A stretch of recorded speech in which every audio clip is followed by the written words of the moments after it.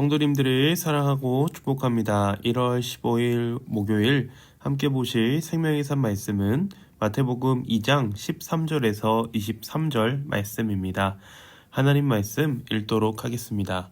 그들이 떠난 후에 주의 사자가 요셉에게 현몽하여 이르되 헤롯이 아기를 찾아 죽이려 하니 일어나 아기와 그의 어머니를 데리고 애굽으로 피하여 내가 내게 이르기까지 거기 있으라 하시니 요셉이 일어나서 밤에 아기와 그의 어머니를 데리고 애굽으로 떠나가 헤롯이 죽기까지 거기 있었으니 이는 주께서 선지자를 통하여 말씀하신 바 애굽으로부터 내 아들을 불렀다 함을 이루려 하심이라. 이에 헤롯이 박사들에게 속은 줄 알고 심히 노하여 사람을 보내어 베들레헴과 그 모든 지경 안에 있는 산의 아이를 박사들에게 자세히 알아본 때를 기준하여 2살부터 그 아래로 죽이니 이에 선지자 예레미야를 통하여 말씀하신 바 라마에서 슬퍼하며 크게 통곡하는 소리가 들리니 라헬이 그 자식을 위하여 애곡하는 것이라. 그가 자식이 없으므로 위로받기를 거절하였도다 함이 이루어졌느니라. 헤롯이 죽은 후에 주의 사자가 애굽에서 요셉에게 현몽하여 이르되 일어나 아기와 그의 어머니를 데리고 이스라엘 땅으로 가라. 아기의 목숨을 찾던 자들이 죽었느니라 하시니 요셉이 일어나 아기와 그의 어머니를 데리고 이스라엘 땅으로 들어가니라.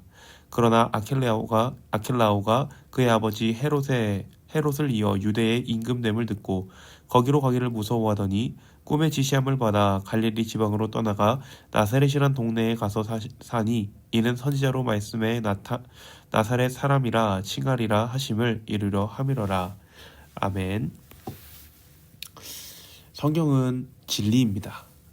이 자리에서 이 말씀 영상을 듣는 모든 분들은 이 말씀에 동의할 것입니다. 그런데 왜 성경을 진리라고 말할 수 있는 것일까요? 대부분의 신앙의 연수가 깊은 분들은 디모데후서 3장 16절의 말씀을 인용해서 하나님의 말씀이기 때문이라고 말할 것입니다. 아주 훌륭한 대답이죠. 하지만 거기서 한 가지가 더 추가된다면 100점을 드릴 수 있을 것 같습니다. 하나님의 말씀이 진리인 이유는 성취된 말씀이기 때문입니다. 이 세상에는 많은 종교가 있죠. 각 종교들은 기독교와 마찬가지로 각각의 경전을 가지고 있습니다. 그런데 다른 종교의 경전과 다르게 우리가 가진 성경만 진리라고 말할 수 있는 것은 하나님의 말씀인데 이 성취된, 이루어진, 실현된 하나님의 말씀이기 때문입니다. 우리는 성경을 진리라고 말하는 것은 모든 것이 이루어졌기 때문인 것이죠. 오늘 우리가 함께 읽은 말씀은 성경을 진리라고 할 때 가장 중요한 성취에 관해서 말하고 있습니다. 오늘 본문은 총 3가지의 말씀의 성취가 있습니다. 첫 번째는 13절부터 15절의 내용으로서 애굽으로부터 아들을 부르신 말씀의 성취. 두 번째는 16절부터 17절 내용으로서 여인들의 애곡하는 소리에 관한 말씀의 성취. 세 번째는 18절부터 22절의 내용으로서 그리스도가 나사렛 사람이라는 말씀의 성취가 있습니다. 첫 번째 내용부터 살펴보자면 마리아가 아기 예수님을 출생했습니다. 아기 예수님의 출생을 기념하기 위해서 박사들이 찾아왔고 황금과 모략과 유향을 들여 이 탄생을 기념했습니다. 그렇게 목자들은 떠난 이후 요셉의 꿈에 하나님의 사자가 찾아와 메시지를 전했습니다. 예수님과 마리아를 데리고 애굽으로 피하라는 내용이었죠. 이 말씀의 이유에는 16절의 내용이 들어갑니다. 헤롯은 동방 박사들로부터 메시아의 탄생에 관한 소식을 들었고 박사들이 메시아의 소식을 가지고 오기를 기다렸지만 박사들도 천사로부터 헤롯에게로 가지 말 것을 명받았기에 헤롯에게 가지 않았습니다. 이에 화가 난 헤롯은 동방 박사들이 다녀간 이후를 계산하여 2살 아래에 있는 모든 남자아이들을 죽일 것을 명령하였습니다. 그런데 저는 이 말씀을 항상 읽을 때면 조금 답답한 마음이 듭니다. 바로 예수님께로 가면 될 것인데 왜 헤롯에게로 돌아가서 저렇게 일을 벌리는가, 그런 좀 생각이 들었습니다. 저의 생각에는 이들이 일을 그르쳤다 동방 박사들이 실수했다는 마음이 좀 들더라고요. 그런데 이 부분에서 놀라운 것은 이들의 실수로 인하여 하나님의 말씀이 실현된다는 것입니다. 동방 박사들의 실수는 하나님의 말씀을 잘 알지 못함으로 일어난 실수였습니다. 당연히 왕이 태어난다고 했으니 이제 상식적으로 왕궁에서 태어날 줄 알고 찾아간 것이죠. 무지에서 나온 실수입니다. 하지만 하나님의 놀라움은 이러한 무지에서 나온 실수를 통해 하나님의 말씀을 실현한다는 것에 있습니다. 저는 이 말씀이 참으로 위로가 됩니다. 우리의 삶에 얼마나 많은 실수가 있나요? 많은 사람들이 실수를 하지 않으려고 플래너도 세워보고 계획서도 작성하고 많은 노력과 심혈을 기울이지만 실수합니다. 사람은 완벽하지 못하죠. 아무리 철저하게 준비를 해도 우리의 손이 닿지 않는 부분이 있기 마련이고 실수를 범하고 맙니다. 동방 박사의 이야기도 그러합니다. 그들의 실수는 인간의 한계, 모든 것을 알 수 없는 인간의 무지에서 나온 실수였습니다. 하지만 하나님은 이들의 무지함을 들어 사용하셔서 하나님의 말씀을 성취하는 일로 사용하셨습니다. 그러므로 우리 성도님들, 우리 부족함을 두려워하기보다는 하나님께 맡기는 성도님들 되기를 바랍니다. 하나님은 우리의 부족함도 능히 들어서 사용하실 수 있는 그러한 전지전능하신 하나님이시기 때문입니다.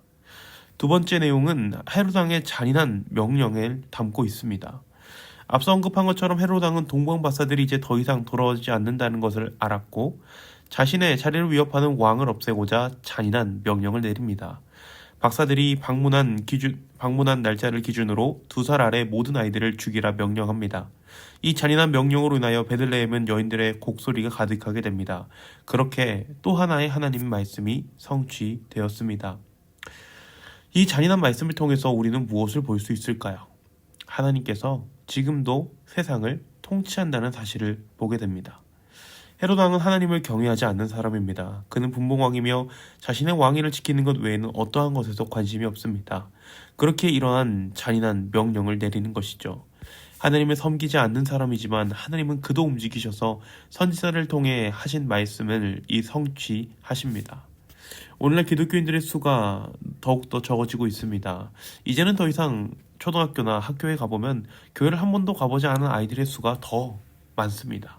세상은 날이 갈수록 하나님과 멀어지게 되는 것이죠. 그렇다면 이 세상에 더 이상 하나님의 통치가 실현되지 않는 것일까요? 그렇지 않습니다. 하나님은 믿지 않는 사람도 사용하셔서 하나님의 뜻을 성취하십니다.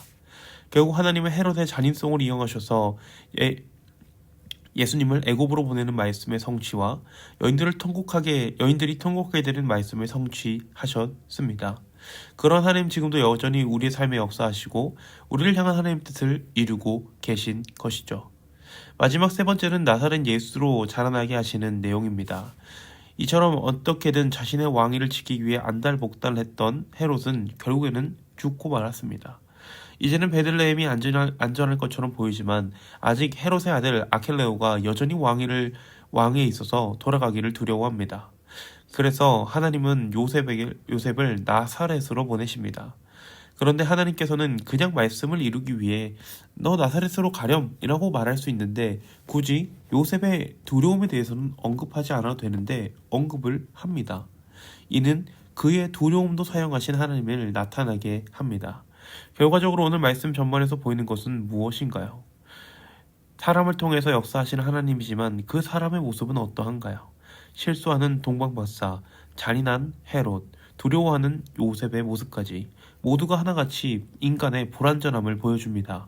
하지만 하나님은 이러한 불완전함을 사용하시고 이러한 불완전을 통해서도 말씀을 완전한 진리의 말씀으로 완성시키는 그러한 모습을 보여주십니다.